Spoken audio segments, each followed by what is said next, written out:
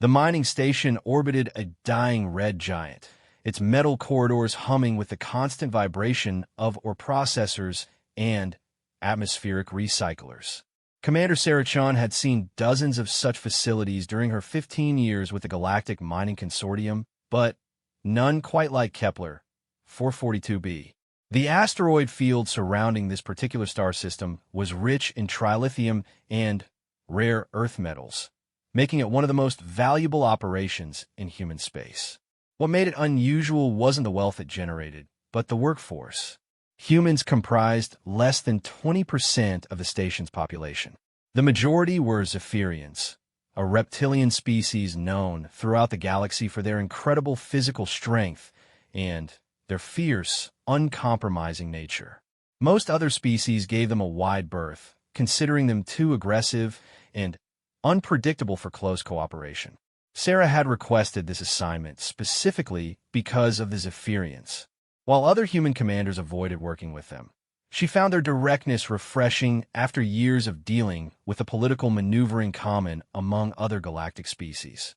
Zephyrians said what they meant, and meant what they said. There was no deception, no hidden agendas, just brutal honesty and unwavering loyalty once earned. The station's chief operations officer was a Zephyrian named Kithara, standing nearly 8 feet tall with scales that shifted from deep emerald to bronze depending on the lighting. Her muscular frame was typical of her species, but her eyes held an intelligence that many humans underestimated. Those same humans usually learned their mistake quickly when they found themselves outmaneuvered in negotiations or tactical planning. Sarah's first real interaction with Kithara came during a crisis that would define their relationship for years to come. The early warning systems had detected an approaching pirate fleet, 7 ships strong, heading directly for their position. The station's defenses were minimal, designed more to deter opportunistic raiders than repel a determined assault. Commander Chun, Kithara's voice carried the typical Zephyrian gravelly undertone as she entered the command center. The approaching vessels are flying crimson fawn colors. They're known for taking prisoners to sell in the Outer Rim slave markets. Sarah studied the tactical display, her mind racing through their limited options. The nearest military patrol was 4 days away, and their communication array had suffered damage during the last solar storm. They were effectively on their own against a force that outnumbered and outgunned them significantly. What about evacuation? Sarah asked, though she already suspected the answer. Impossible, Kithara replied, her clawed hands working efficiently over her console. The civilian transport is undergoing engine maintenance, and our cargo haulers lack the capacity for the entire population. We could maybe get 30% off station before they arrive. The weight of command settled heavily on Sarah's shoulders.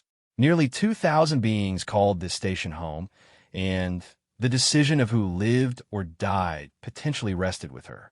She looked around the command center, noting the mixture of species represented among her staff. Humans, Zephyrians, a few Centaurians working the communication stations, and even a lone Etherian managing the sensor arrays. "Show me everything we have," Sarah said finally. "Every ship, every weapon, every defensive system.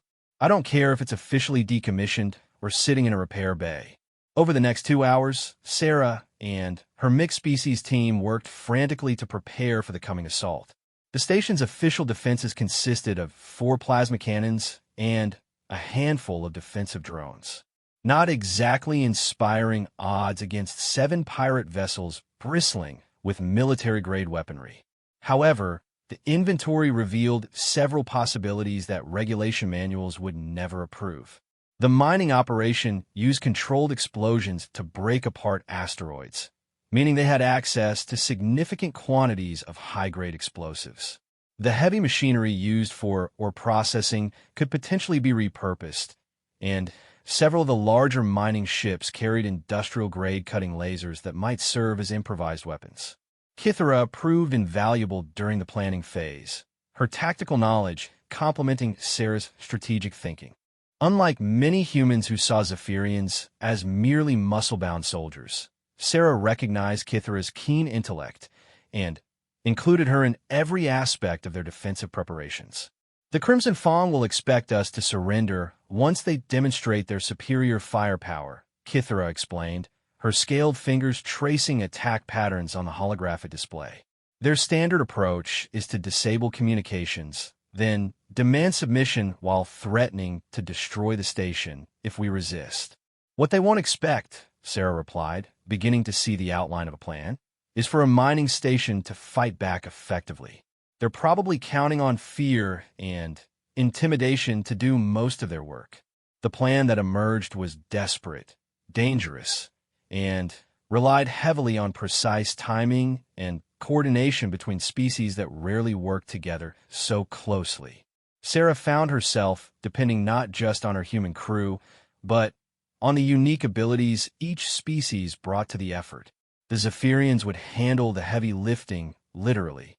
Their incredible strength allowed them to move equipment and weapons into position far faster than any other species could manage. The Centaurians, with their superior reflexes and spatial awareness, would coordinate the defensive drones. The lone Etherian would use their species' natural affinity for electronic systems to attempt jamming the pirates' communications. As the pirate fleet drew closer, Sarah made a decision that would echo through the years that followed. Instead of trying to command from the safety of the heavily shielded command center, she chose to take direct control of one of the improvised weapon emplacements.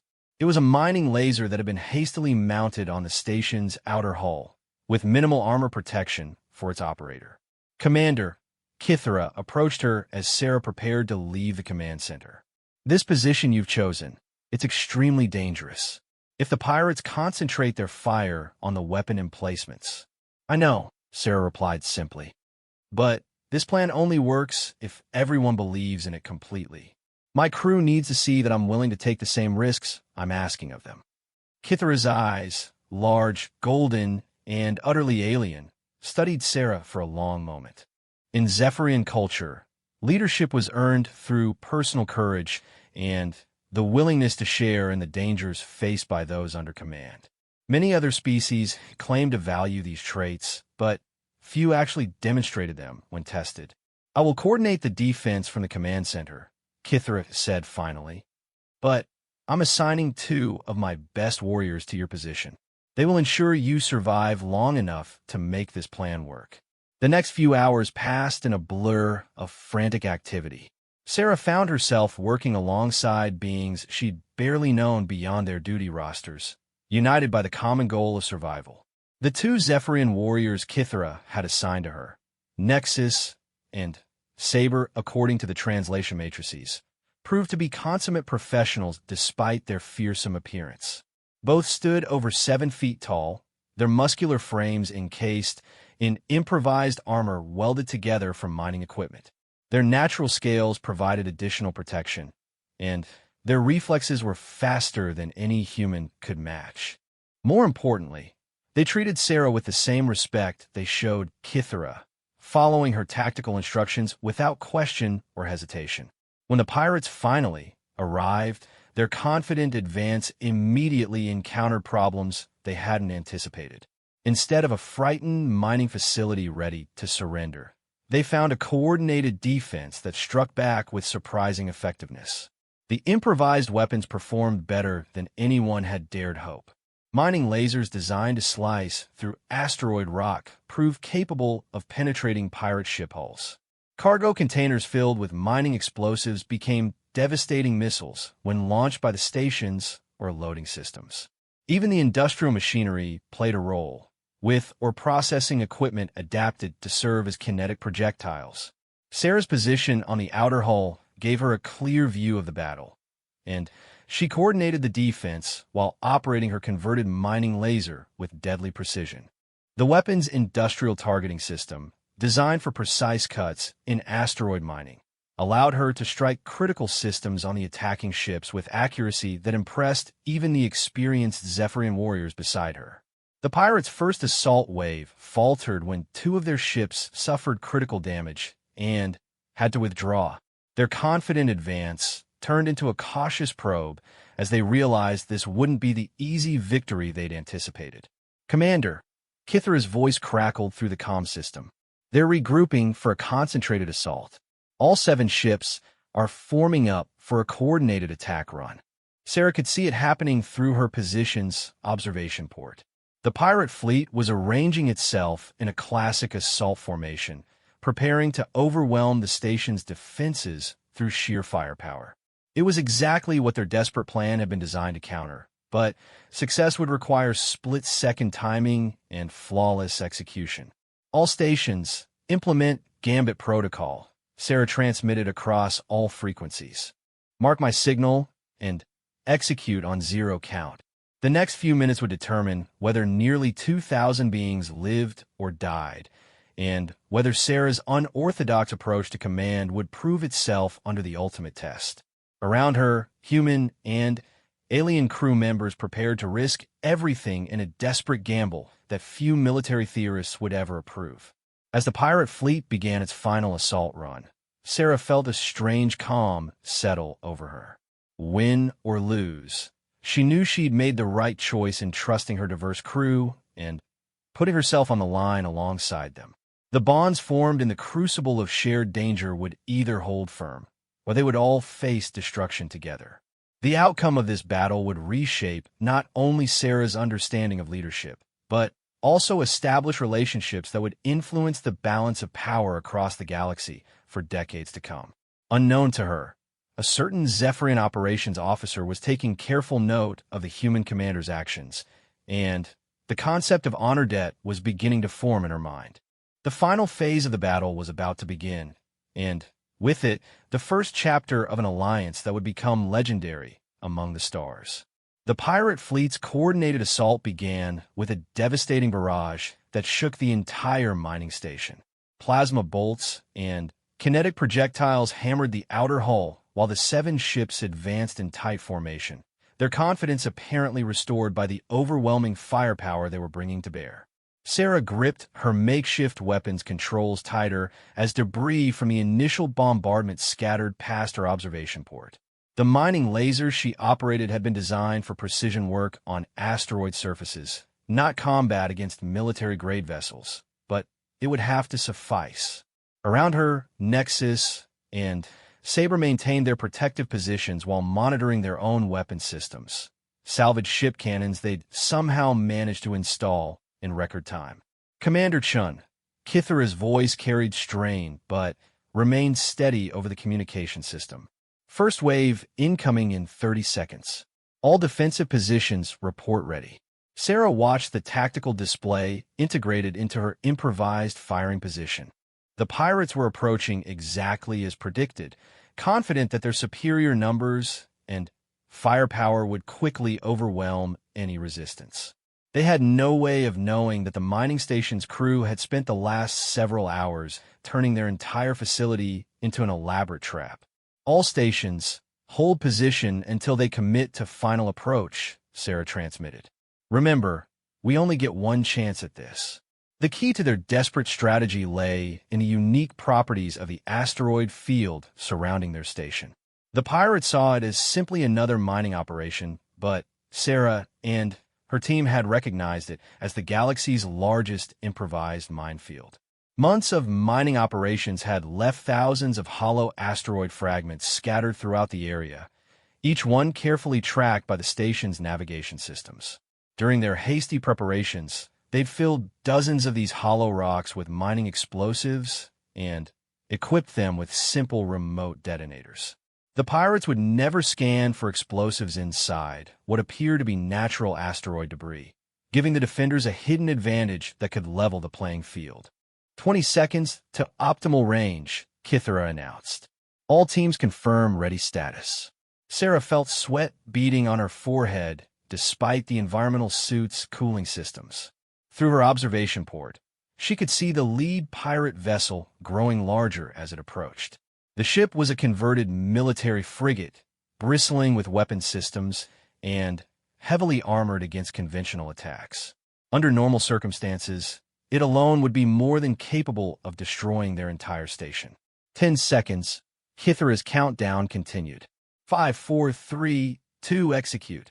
The asteroid field erupted in a coordinated series of explosions that turned the pirates' confident advance into chaos.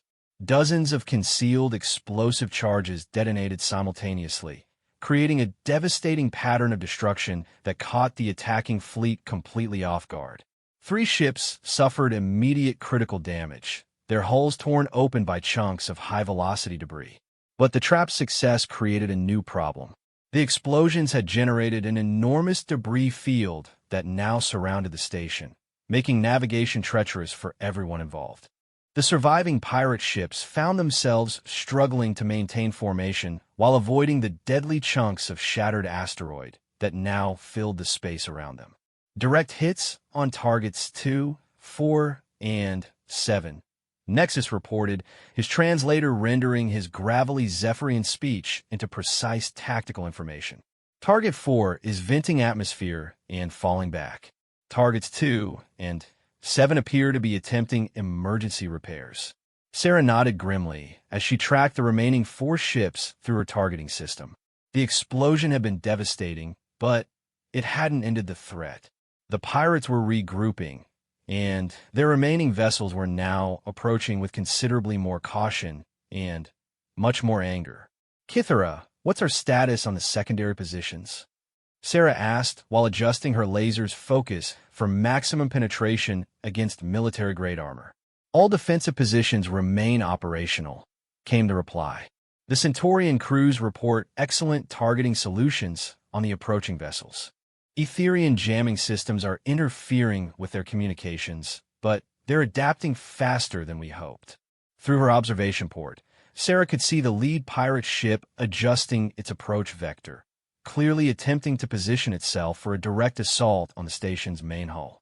The vessel's captain had apparently decided that the best response to their trap was to close distance quickly and overwhelm the defenders through concentrated firepower. It was exactly what Sarah had hoped they would do. All crews, implement close quarters protocol, she transmitted. Remember, they're angry now, which means they're more likely to make mistakes. The mining station's improvised defenses were designed around the assumption that any attackers would eventually attempt a direct assault. While the explosive asteroid trap had been devastating, the real trap was the station itself.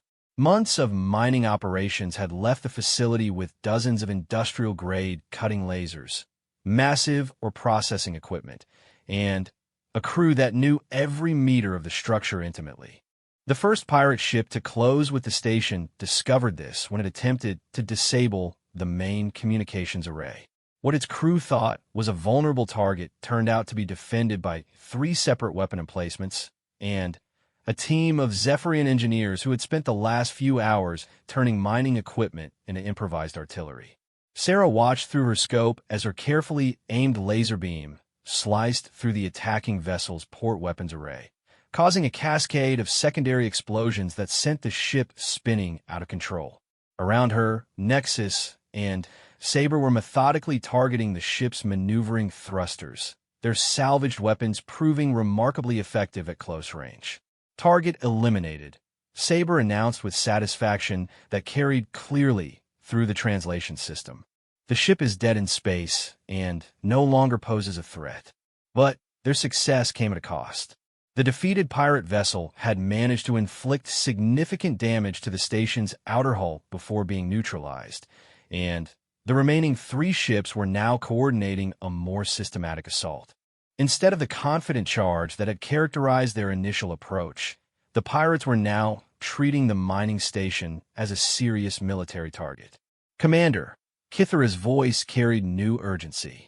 Sensors indicate the remaining ships are preparing for a boarding action. They're launching assault shuttles while maintaining covering fire with their main weapons. Sarah felt her stomach clench as she realized the implications. The pirate fleet had decided that direct assault was too costly, so they were attempting to capture the station through boarding parties. Once enemy troops were inside the facility, the defenders would lose most of their advantages and be forced into close-quarters combat against professional soldiers. How many shuttles? Sarah asked while tracking one of the pirate ships through her targeting system. 8 confirmed launches, Kithara replied. Each shuttle appears to carry approximately 12 troops, based on their thermal signatures. We're looking at nearly 100 hostile boarders. The mathematics were sobering. The mining station's crew included only about 50 beings with any significant combat training, most of whom were Zephyrians who excelled at individual combat but had limited experience with coordinated military tactics. Against professional pirates equipped with military-grade weapons and armor, the defenders would be at a severe disadvantage in close-quarters fighting. All defensive teams, fall back to prepared positions, Sarah ordered. Implement Fortress Protocol and prepare for boarding action. The plan they developed for this contingency was simple but risky. Instead of trying to prevent the pirates from boarding, they would allow the enemy troops to enter the station and then trap them inside a maze of corridors that the defenders knew intimately. Every passage had been prepared with improvised obstacles, hidden weapon emplacements, and emergency bulkheads that could be sealed remotely. Sarah found herself facing a difficult decision as the assault shuttles approached the station's docking bays. Her position on the outer hull gave her an excellent firing angle on the approaching craft, but staying meant being cut off from the rest of her crew during the boarding action. Abandoning her post would mean losing one of their most effective anti-ship weapons just when they needed every advantage they could get. "Commander," Nexus spoke up, apparently reading her dilemma in her body language. "Saber and I can maintain this position and continue targeting their ships. You should coordinate the internal defense." Sarah looked at the two Zephyrian warriors, recognizing the sacrifice they were offering. Staying at this exposed position during a boarding action would be extremely dangerous, but their continued fire support could be crucial in preventing the pirate ships from providing close air support to their ground troops. "Are you certain?" Sarah asked, knowing that Zephyrian culture placed enormous value on personal honor and that they would never make such an offer lightly. "We are certain," Saber replied simply. "This position provides the best tactical advantage for continued ship-to-ship combat. We will hold it until the threat is eliminated or we are no longer capable of fighting." The simple directness of the statement, delivered without heroic posturing or false bravado, reminded Sarah once again why she preferred working with Zephyrians. They assessed situations pragmatically and made decisions based on tactical necessity rather than ego or emotion. "Understood," Sarah replied. "Continue targeting their ships and provide covering fire for our internal defensive positions when possible. I'll coordinate the boarding defense from the main command center."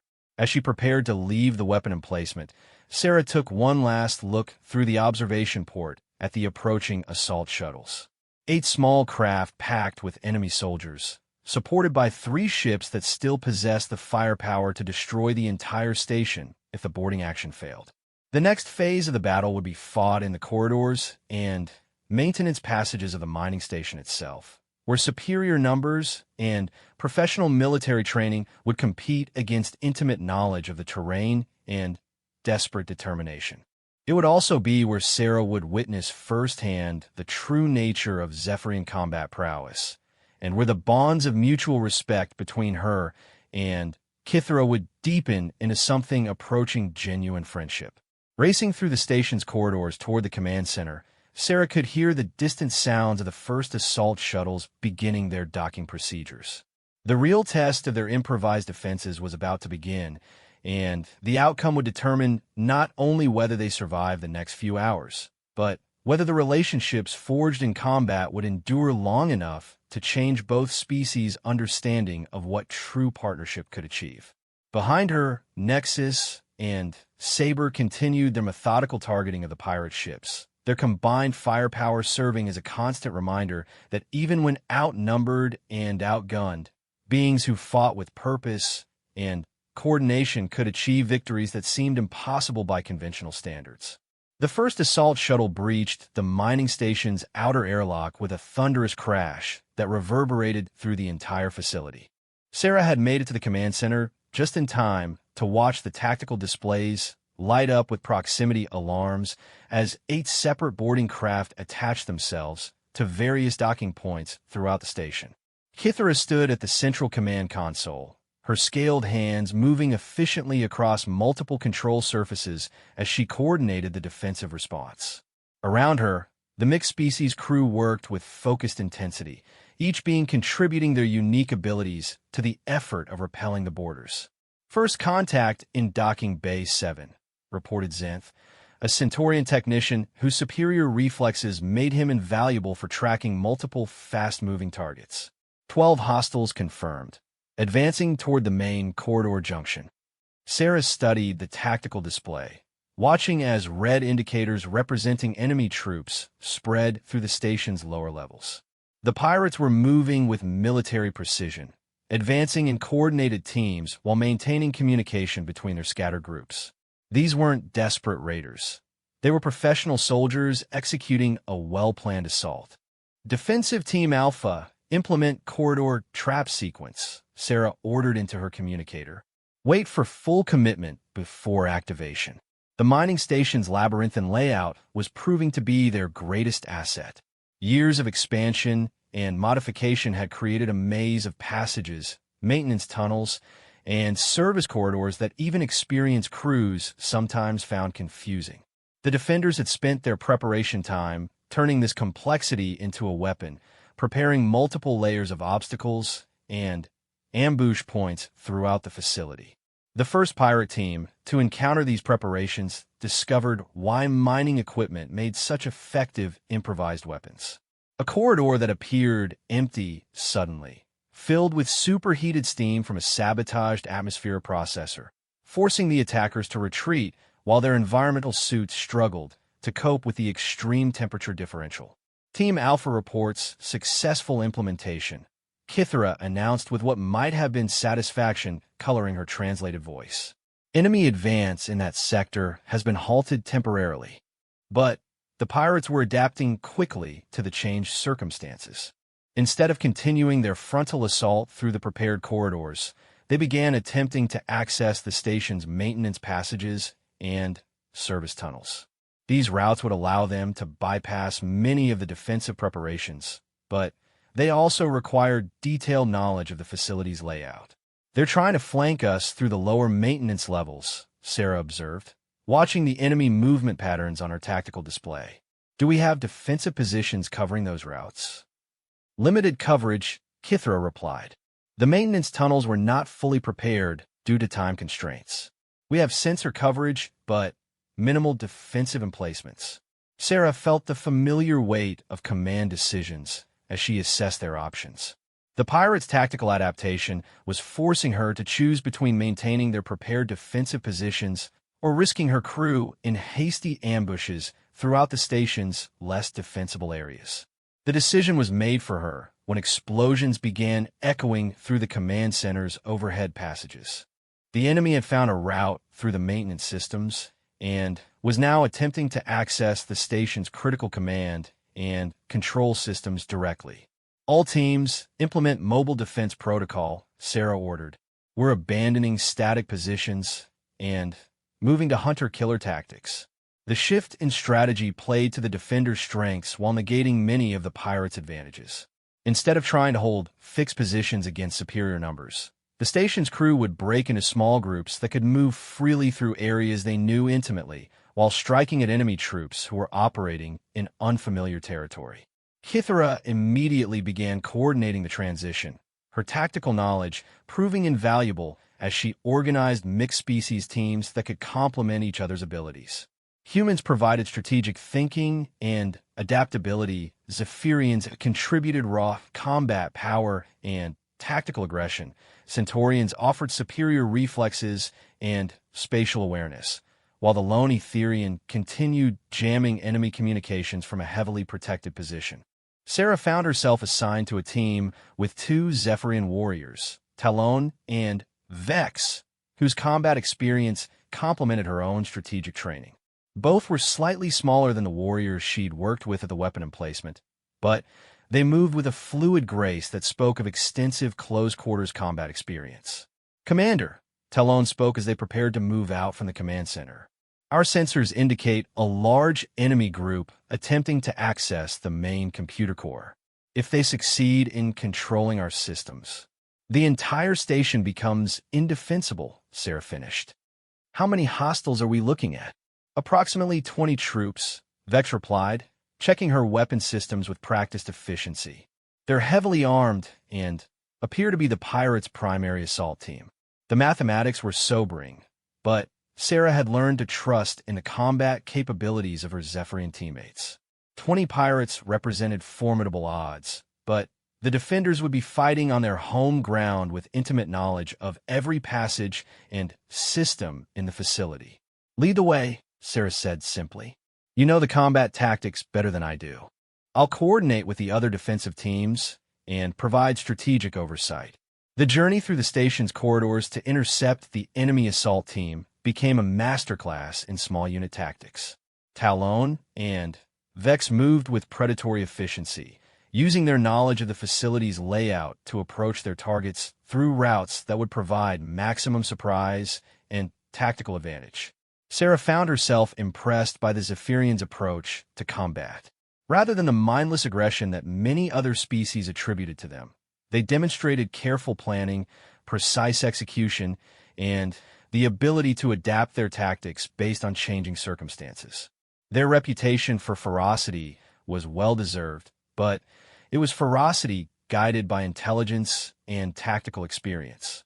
The main computer core was located in the station's most heavily protected section, surrounded by multiple layers of security systems and access controls. Under normal circumstances, it would be virtually impossible for unauthorized personnel to reach it. However, the pirates had come prepared with sophisticated bypassing equipment and what appeared to be detailed information about the station's security protocols. They have inside information, Sarah realized as she watched the enemy team systematically disable each security barrier. Someone provided them with our access codes and security layouts. The implications were disturbing, but would have to wait for later consideration. Right now, the priority was preventing the pirates from gaining control of the station's critical systems. If they succeeded, they could override life support, open all the airlocks, or simply shut down the defensive systems entirely. Talon signaled for a halt as they approached the final corridor leading to the computer core. Through the transparent aluminum viewing panels, they could see the pirate assault team working on the last security barrier. The enemy troops were focused on their technical work, but they had posted guards at all the obvious approach routes. Standard frontal assault is not advisable, Vex observed quietly. They have superior numbers and good defensive positions. Sarah studied the tactical situation, her mind racing through possible approaches. The pirates had positioned themselves well for defending against conventional attacks, but they were operating in an environment designed by mining engineers rather than military architects. That difference might provide the opportunity they needed. What about the atmospheric processing conduits? Sarah asked, pointing to a barely visible access panel near the corridor ceiling. Can those conduits support human weight? Easily, Talon replied, following her reasoning. Zephyrian weight as well. The conduits are designed for heavy maintenance equipment. The plan that emerged was typically audacious and relied heavily on precise timing. While Vex created a distraction by engaging the enemy guards at the main corridor entrance, Sarah and Talon would use the atmosphere processing system to approach the computer core from an unexpected angle. It was dangerous, complicated, and dependent on several factors beyond their control. It was also exactly the kind of unconventional thinking that had made their defense successful so far. Vex, give us 3 minutes to get into position, Sarah instructed. Then begin your diversionary attack. Make it loud enough to draw their attention, but not so aggressive that they call for reinforcements. The atmospheric conduits were larger than Sarah had expected, designed to accommodate maintenance robots and emergency access by repair crews. Moving through them required careful attention to the various pipes, cables, and monitoring equipment that lined the passages, but it was entirely feasible for beings of human or Zephyrian size. Talon proved to be an excellent guide through the complex maze of passages, his knowledge of the station's infrastructure allowing them to navigate efficiently toward their target. More importantly, his presence provided reassurance as they prepared to engage a numerically superior enemy force in close-quarters combat. Access point directly above their position, Talon whispered as they reached their destination. The conduit exit will place us behind their defensive line with clear sight lines to the computer core. Sarah checked her weapon systems one final time, a human-designed pulse rifle that had been modified with Zephyrian targeting enhancements. The weapon represented the kind of improvised cooperation that had characterized their entire defense, combining the best features of multiple species technologies into something more effective than either could achieve alone. Remember, she whispered back to Talon, our primary objective is protecting the computer core, not eliminating the enemy. If we can force them to retreat without gaining access, that's a victory. Talon's expression, insofar as Sarah could read Zephyrian facial expressions, seemed to convey mild amusement at her comment. In his species' warrior culture, the distinction between protecting objectives and eliminating threats was often academic. However, he nodded, understanding of the tactical priorities. The sound of weapons fire from the main corridor indicated that Vex had begun her diversionary attack. As expected, most of the pirate guards immediately moved to respond to the perceived threat, leaving only a handful of troops to continue working on the computer core access systems. Now, Sarah whispered, and she and Talon simultaneously emerged from the conduit access point. The next few seconds would determine whether their improvised tactics could overcome professional military training and superior numbers. It would also mark the moment when Sarah truly began to understand why Zephyrians were considered among the galaxy's finest warriors, and why earning their respect was considered one of the highest honors any being could achieve. The ambush in the computer core corridor was over in less than 30 seconds, but those seconds revealed the true nature of Zephyrian combat prowess. Talon moved with fluid precision that seemed to defy the laws of physics, his massive frame flowing through the confined space like liquid death. His weapon's fire was surgically accurate, each shot calculated to disable rather than kill, while his positioning protected Sarah and the critical computer systems simultaneously. Sarah had seen Zephyrian warriors in action before, but never at such close range and never in such desperate circumstances. The experience was both terrifying and awe-inspiring as she realized that Talon was holding back significantly to avoid causing unnecessary casualties. His species' reputation for ferocity was well-deserved, but it was ferocity tempered by tactical intelligence and, surprisingly, a form of mercy that few other species would have shown. The surviving pirates retreated in disorder, their professional discipline shattered by the unexpected assault from an impossible angle. More importantly, the computer core remained secure, its access systems intact, and its security protocols uncompromised. Core secured, Sarah reported to Kithra through her communicator. Enemy assault team neutralized and retreating toward Docking Bay 3. Acknowledged, Commander, came the reply. Nexus and Saber report continued success against the remaining pirate ships. One vessel has withdrawn entirely, and the other two are maintaining defensive positions at maximum range. The battle was turning in their favor, but Sarah knew better than to assume victory was assured. Professional pirates didn't retreat easily, and the fact that some of their ships were withdrawing suggested they might be regrouping for a different type of assault. What's our casualty status? Sarah asked while Talon and Vex conducted a security sweep of the computer core area. Lighter than anticipated, Kithra replied, and Sarah could hear genuine surprise in her translated voice. We have 17 injured crew members, but no fatalities among the defenders. The pirates suffered significantly higher casualties and appear to be consolidating their remaining forces. The numbers were remarkable considering the odds they'd faced. A mining station with improvised defenses had successfully repelled a coordinated assault by professional pirates, and they'd done it with minimal losses among their own people. The victory was a testament to the effectiveness of interspecies cooperation when properly coordinated. But Sarah's satisfaction was tempered by a growing concern about the pirates' tactical withdrawal. Professional raiders didn't usually retreat from profitable targets unless they were planning something even more dangerous. Kithara, have our sensors detected any changes in the enemy ship positions? Sarah asked. I'm concerned they might be preparing for a different type of attack. Scanning now, came the reply, followed by a long pause that made Sarah's stomach clench with apprehension. Commander, we're detecting unusual energy readings from the lead pirate vessel. It appears they're charging some type of high-energy weapon system.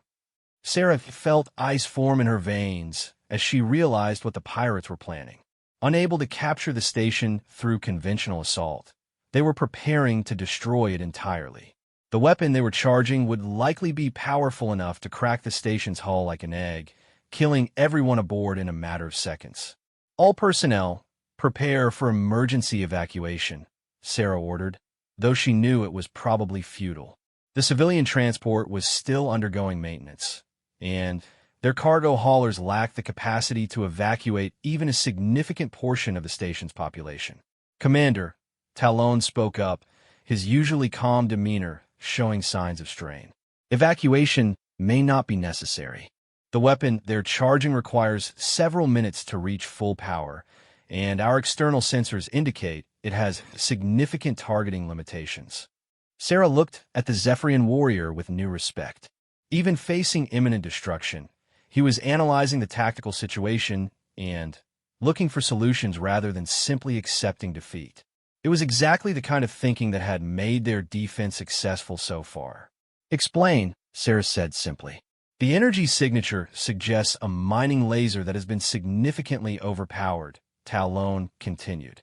Such weapons are extremely effective against stationary targets, but they require precise targeting and cannot be fired while the attacking vessel is maneuvering evasively. Understanding dawned on Sarah as she grasped the implications of Talon's analysis. The pirate's superweapon was indeed devastating, but it had a critical vulnerability that could be exploited if they acted quickly enough. Nexus and Saber are still manning the external weapons, Sarah realized. If they can force the pirate ships to maneuver defensively, the weapon cannot achieve target lock, Talon finished. However, our external defenses may not be sufficient to threaten ships that are maintaining maximum range. Sarah's mind raced through the tactical possibilities, searching for a solution that could turn their desperate situation into victory. The answer, when it came to her, was typically audacious and dependent on perfect timing and coordination between multiple teams. Kithara, Sarah called through the communicator. I need you to patch me through to all defensive positions simultaneously. We're implementing one final gambit. The plan Sarah outlined over the next few minutes was more desperate than anything they'd attempted so far, but it was also their only realistic chance of survival. Instead of trying to destroy the pirate ships directly, they would use the station's mining equipment to create a massive debris field that would force the enemy vessels to maneuver defensively while simultaneously providing cover for a surprise counterattack. The mining operation had left hundreds of asteroid fragments in various stages of processing throughout the surrounding space. Most of these were small enough to be harmless to ships with military-grade armor, but they would create severe targeting problems for precision weapons. More importantly, they could be moved using the stations or manipulation systems. All teams prepare for synchronized activation of mining equipment, Sarah ordered. We're going to turn this entire asteroid field into a moving maze that will make precision targeting impossible. The response was immediate and coordinated. Throughout the station, crews began activating or processing equipment, tractor beam arrays, and debris management systems that had been shut down during the battle. Within minutes, thousands of asteroid fragments were in motion, creating a chaotic debris field that would challenge even the most sophisticated targeting systems. The effect on the pirate ships was immediate and dramatic.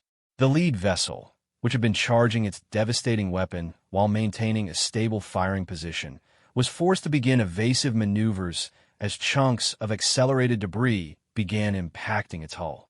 The superweapon's charging cycle was disrupted, and its targeting systems struggled to maintain lock on the mining station through the swirling cloud of asteroids.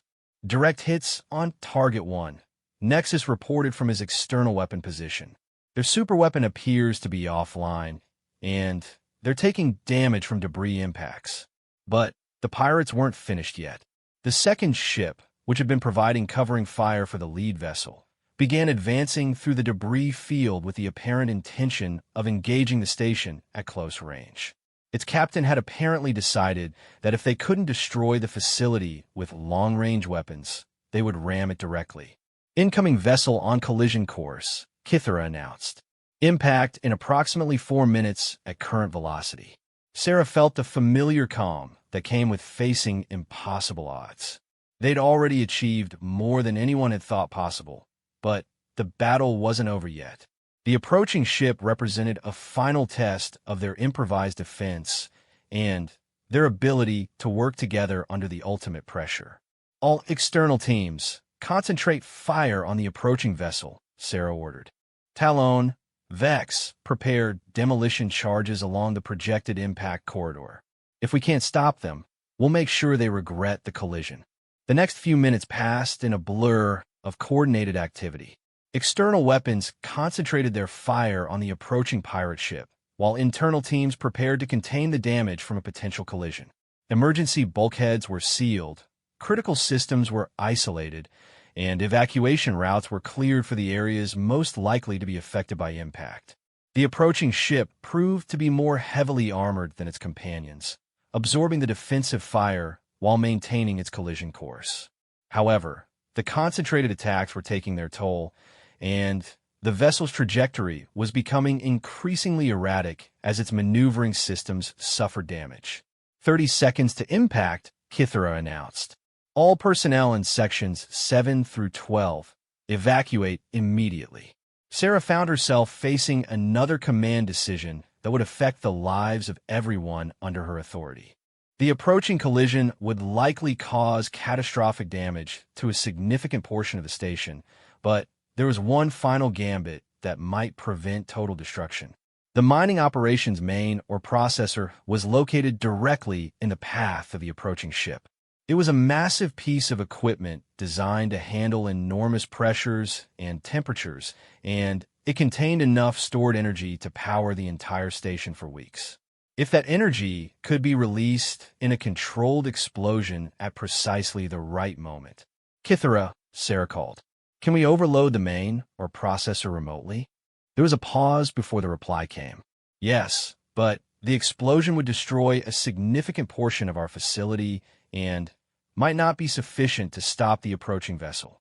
But it would deflect their trajectory enough to prevent a direct collision with our critical systems? Probably, Kythera replied.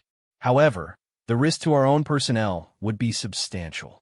Sarah looked around at her mixed-species team, noting the determination in their faces despite the desperate circumstances.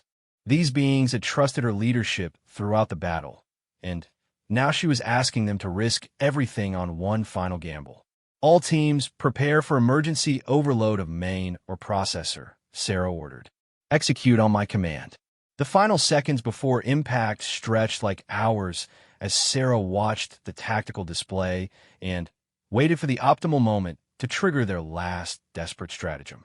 The success or failure of this final gambit would determine not only whether they survive the next few minutes, but whether the bonds forged in battle would lead to the deeper alliance that was already forming in Kythera's mind. The concept of honor debt was about to take on new meaning as a Zephyrian operations officer prepared to make a commitment that would reshape both their futures. The ore processor detonated with the force of a small star going nova. It stored energy released in a carefully timed explosion that lit up the entire asteroid field. The shockwave caught the approaching pirate ship at precisely the right angle to deflect its collision course, while simultaneously tearing apart its already damaged hull. Instead of ramming into the station's critical systems, the vessel tumbled past them as a burning wreck, its threat neutralized by their desperate final gambit. Sarah felt the entire mining station shake as secondary explosions rippled through the facility, but the emergency bulkheads held and the critical systems remained intact. Around her, status reports flooded in from teams throughout the complex, confirming that while the damage was extensive, it was also survivable. All pirate vessels are withdrawing. Nexus reported from his external weapon position. The remaining ships appear to be collecting escape pods and debris from their damaged vessels. The battle was over. Against impossible odds, a mining station with improvised defenses had successfully repelled a coordinated assault by professional pirates. More importantly, they'd done it through the combined efforts of multiple species working together with unprecedented coordination and mutual trust. Sarah made her way back to the main command center, where she found Kythera coordinating damage control efforts with the same calm efficiency she'd shown throughout the battle. The Zephyrian scales had shifted to a deeper bronze color, which Sarah had learned indicated a state of heightened alertness mixed with satisfaction. Casualty report, Sarah requested as she approached the central console. 23 injured. No fatalities among station personnel, Kythera replied. Structural damage is significant but reparable. Most importantly, all critical systems remain operational, and we've maintained life support throughout the facility. The numbers were remarkable. A force of nearly 2,000 beings had successfully defended their home against professional military assault while suffering fewer casualties than a typical industrial accident. It was a victory that would be studied in military academies for decades to come. But as Sarah looked around the command center at the mixed-species crew who had made this victory possible, she realized that the battle's true significance lay not in the tactical lessons it provided, but in the relationships it had forged. Humans, Zephyrians, Centaurians, and Etherians had worked together with a level of trust and cooperation that few had thought possible. Over the following weeks, as repair crews worked to restore the station to full operational capacity, Sarah found herself spending increasing amounts of time with Kythera. What had begun as professional collaboration during the crisis had evolved into something approaching genuine friendship, despite the vast differences between their species. The Zephyrian concept of honor-debt was not something that translated easily into human understanding, but Sarah gradually came to comprehend its profound importance in Kythera's culture. By risking her own life to protect not just the station, but every being aboard it, Sarah had created an obligation that Kythera felt compelled to repay. In my culture, Kythera explained one evening as they reviewed the station's rebuilt defenses, a life debt is not merely personal gratitude. It represents a fundamental obligation that extends through generations and encompasses all aspects of one's existence. Sarah found the concept both fascinating and slightly overwhelming. She had acted as any responsible commander would in protecting those under her authority, but Kythera saw her actions through the lens of Zephyrian warrior culture, where personal courage in defense of others was the highest possible virtue. I appreciate the sentiment, Sarah replied carefully, but I was simply doing my job. Any competent commander would have made the same decisions.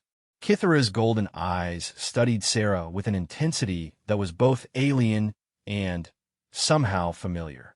You speak as humans often do, diminishing your own actions through false modesty. But I observe your choices throughout the battle. You place yourself in positions of maximum danger while ensuring the safety of others. You trusted beings of other species with critical responsibilities. You made decisions that prioritized collective survival over personal advancement. The conversation was interrupted by an urgent communication from the station's external sensors.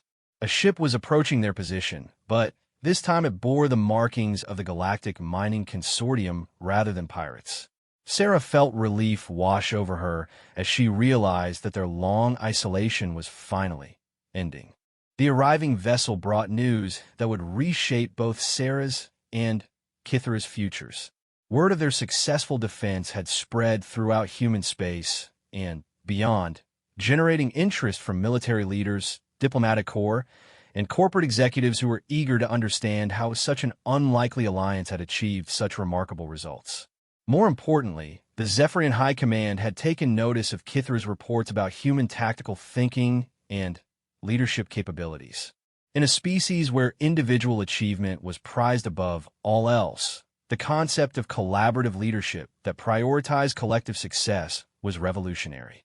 The High Command has made an unprecedented decision. The consortium representative informed them during a formal briefing. They're requesting that Commander Chun consider accepting a position as tactical advisor for joint Zephyrian human operations. Sarah was stunned by the offer, but Kithra seemed unsurprised by the development. Later, in private conversation, the Zephyrian explained the deeper implications of the proposal. My reports have convinced the High Command that human tactical thinking offers capabilities that complement our own combat traditions, Kithra said. But, more importantly, they recognize that the future of galactic civilization will require unprecedented cooperation between species.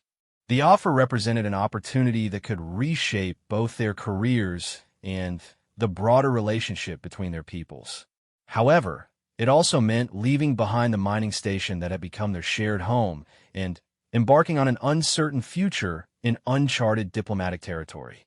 Sarah spent several days considering the proposal, weighing the potential benefits against the risks and uncertainties it represented. Her decision was ultimately influenced by a conversation with her crew, who unanimously encouraged her to accept the position while expressing confidence in their ability to maintain the station's operations. But the real turning point came when Kithra made an offer that demonstrated the true depth of her commitment to repaying the life debt she felt she owed. If you accept this position, Kithra said, I have a proposal that would ensure the success of any joint operations you might lead. Sarah waited expectantly for the details, sensing that something significant was about to be revealed. I have 2 daughters, Kithra continued, her voice taking on a formal tone that indicated she was making an official declaration. Both are warriors of exceptional skill and proven courage. Both have expressed interest in learning human tactical methods after studying our successful defense of this station. Sarah began to understand where this conversation was leading, and the implications made her slightly dizzy. In Zephyrian culture, a parent's greatest honor comes from seeing their children achieve glory in service to worthy causes, Kithra explained. I wish to assign my daughters as your personal guard and tactical advisors. They would serve under your command and learn from your leadership methods while providing you with the kind of protection and support that only Zephyrian warriors can offer. The offer was staggering in its implications. Kithra was proposing to entrust her own children, being she had raised and trained according to the highest traditions of Zephyrian warrior culture, to Sarah's command. In a species where family honor was paramount, it represented the ultimate expression of trust and respect. Kithra, Sarah said carefully, I'm honored by this proposal, but I need to understand the full implications. Your daughters would be leaving their home, their culture, their entire way of life to serve with humans they've never met. They will be gaining something far more valuable, Kithra replied firmly. The opportunity to learn from a commander whose tactical innovations and personal courage have already proven themselves under ultimate testing. The chance to participate in forging the future relationship between our species. The honor of serving alongside beings who have demonstrated that true strength comes from unity rather than individual dominance. Over the following weeks, Sarah had the opportunity to meet Kithra's daughters, Vira and Kayla, and was immediately impressed by their combination of physical prowess, tactical intelligence, and surprisingly adaptable thinking. Both were clearly products of Zephyrian warrior culture, but they also displayed an openness to new ideas and methods that suggested they would adapt well to joint operations. The final decision came when Sarah realized that accepting Kithra's offer would not only advance her own career, but also create a template for human-Zephyrian cooperation that could serve as a model for broader galactic alliance building. I accept both the consortium position and your daughter's service, Sarah informed Kithra in a formal ceremony attended by the station's entire crew. But I want it understood that this is a partnership, not a debt repayment. We're building something new together, and that requires mutual respect and shared responsibility. Kithra's response was delivered in ceremonial Zephyrian, but The translation conveyed a depth of satisfaction and anticipation that needed no linguistic interpretation.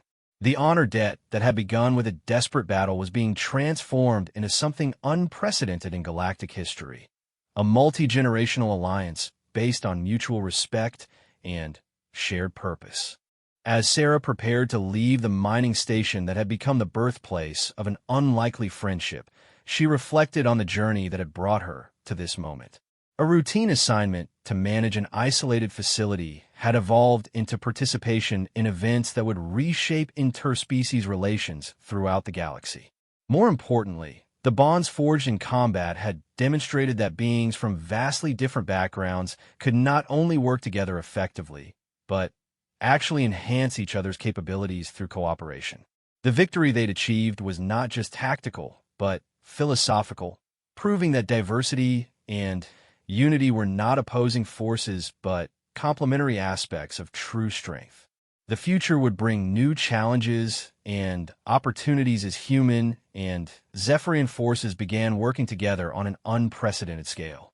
But the foundation had been established through the friendship between a human commander and a Zephyrian operations officer who had discovered that honor debt, properly understood, was not about obligation, but about the profound satisfaction that came from shared purpose and mutual respect.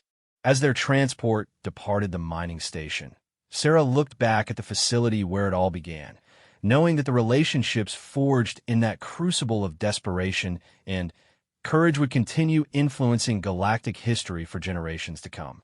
Beside her, Vyra and Kayla, the fiercest daughters of a warrior people, prepared to embark on a journey that would make them pioneers in a new era of interspecies cooperation.